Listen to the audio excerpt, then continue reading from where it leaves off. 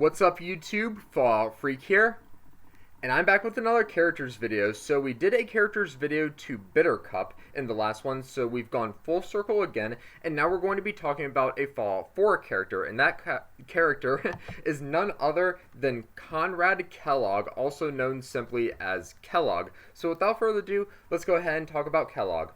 Conrad Kellogg is a ruthless, highly skilled, and cybernetically enhanced mercenary acting as the main surface operative for the Institute in the Commonwealth. He serves as the secondary antagonist in Fallout 4. Background: younger years. Born on the West Coast and raised in one of the 5 settlements that would become a founding member of the then infant New California Republic, in his youth, Kellogg lived in a dysfunctional and impoverished household with his abusive father and his cynical, imposing but loving mother.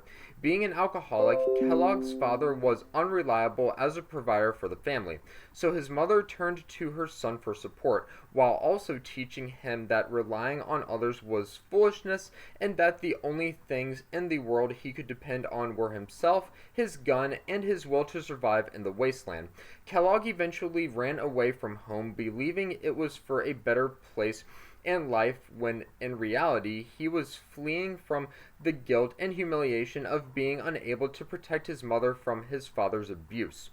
Due to being mentally scarred beyond repair and left with a misguided sense of judgment, Kellogg chose the survival of the fittest way of life. He joined up with various raider gangs in his teen ages just to survive, fighting for every scrap he could find. This hard lifestyle also toughened up Kellogg with a strong sense of independence. Among the few lessons he learned from his mother, even if it was not enough for him to protect her and stay, which misled him to recklessness, impulsivity, and a sociopathic disregard for the rest of the world. A second family. Growing up to be a young adult after a youth of hopelessness and despair, Conrad Kellogg honed his talent for killing to become a highly skilled mercenary and hitman who took any dangerous contract that came to him, whether it was to kill people or other less lethal tasks, as long as the profit was big. His unscrupulous methods eventually culminated in shooting an individual named Valdez, which led to a significant boost for Kellogg's reputation, to the point he was able to get a job working for the SHI as a guard, or SHI, S-H-I, as a guard and enforcer, one that he accepted as a more stable and secure line of work. In between his mercenary work, Kellogg met a woman named Sarah one night while in the hub. They grew close, eventually marrying, after which the new couple moved to San Francisco. Sarah later became pregnant and gave birth to a daughter, Mary, despite Conrad's reassurances that he could protect their family. Sometime later, unknown assailants retaliated against him for unknown reasons by finding and killing his wife and daughter, then mocking him over their deaths. Kellogg was devastated by the traumatic loss of his family, fueling an intense bloodlust that spurred him to arm himself and hunt down the killers. Even though he avenged his family's death, Kellogg found no peace and was only left more broken on the inside. Joining the Institute. Forcing himself to leave another home full of bad memories, Kellogg traveled eastward, once more a mercenary. This time he was more brutal and willing to do any job, no matter how dirty, even if it meant killing men, women, or even children, though he claims to not enjoy the act of child murder. Eventually he reached the East Coast and finally the Commonwealth, where he settled in Diamond City and came across rumors about the Institute. Kellogg's line of work led him to frequently interfere with the Institute's surface operations, leading to them sending a proxy to confront and eliminate him.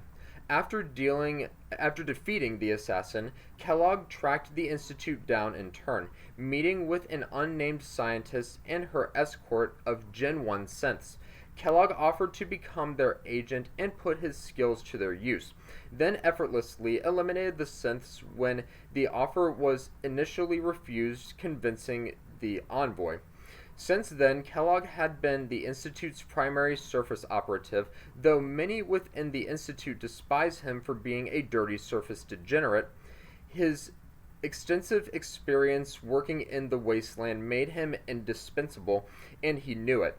Among the tasks he performed in his new capacity including acting as the main human contact for the attempted tech retrieval at University Point, and later commanding a synth legion to destroy the settlement when they could not produce the preferred results. He also served as the contact for the synth masquerading as Major McDonough and collecting his reports on the state of Commonwealth affairs in and around Diamond City. Kellogg's many bloody exploits put him at the top of the Railroad's hit list of Institute targets.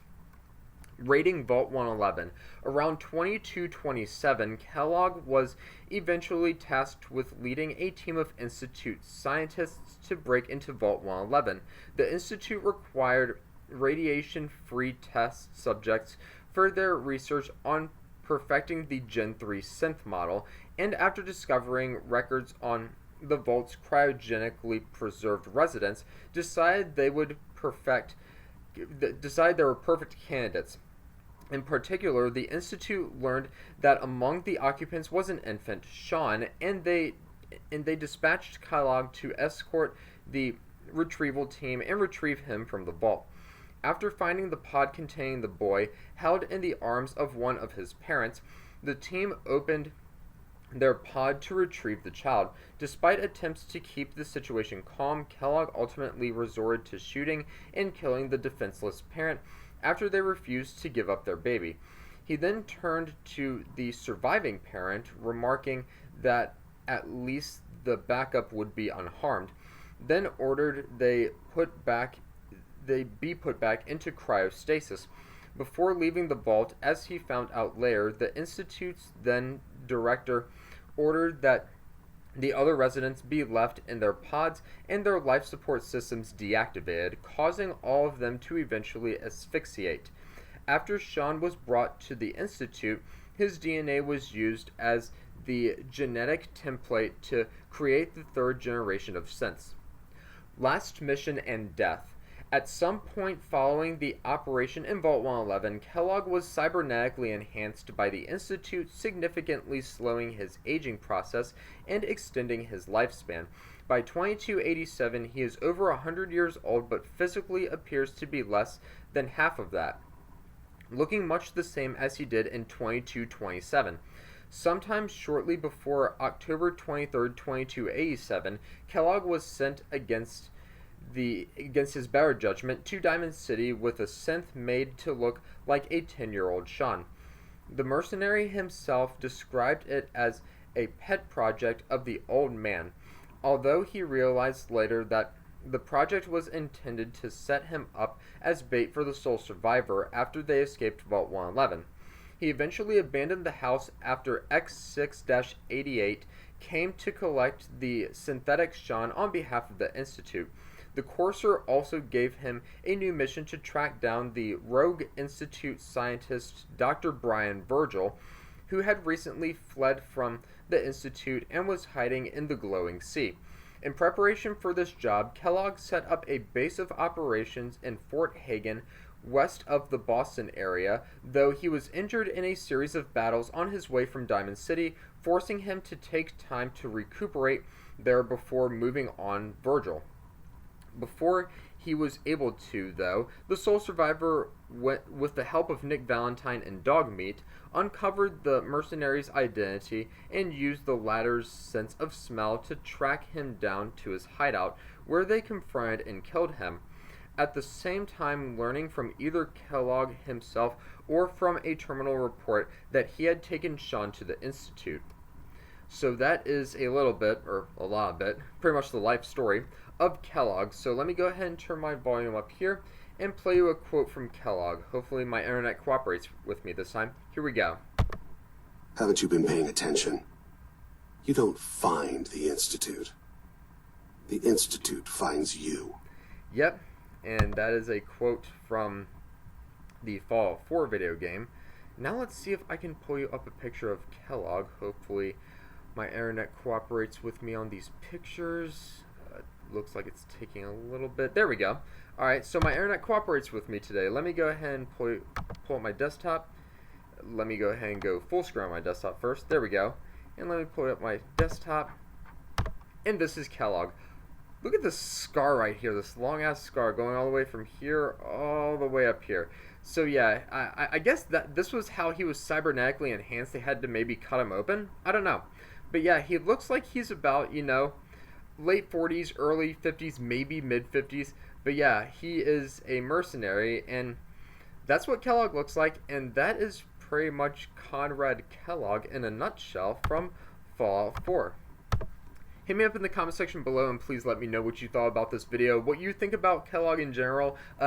Quite frankly, I wasn't a huge fan of him, but I did like his, I guess, tough lifestyle. And what are some of your favorite characters in Fallout 4? I've done a few character videos already for Fallout 4 characters. Be sure to check those out. But until my next characters video, you must always remember that war never changes.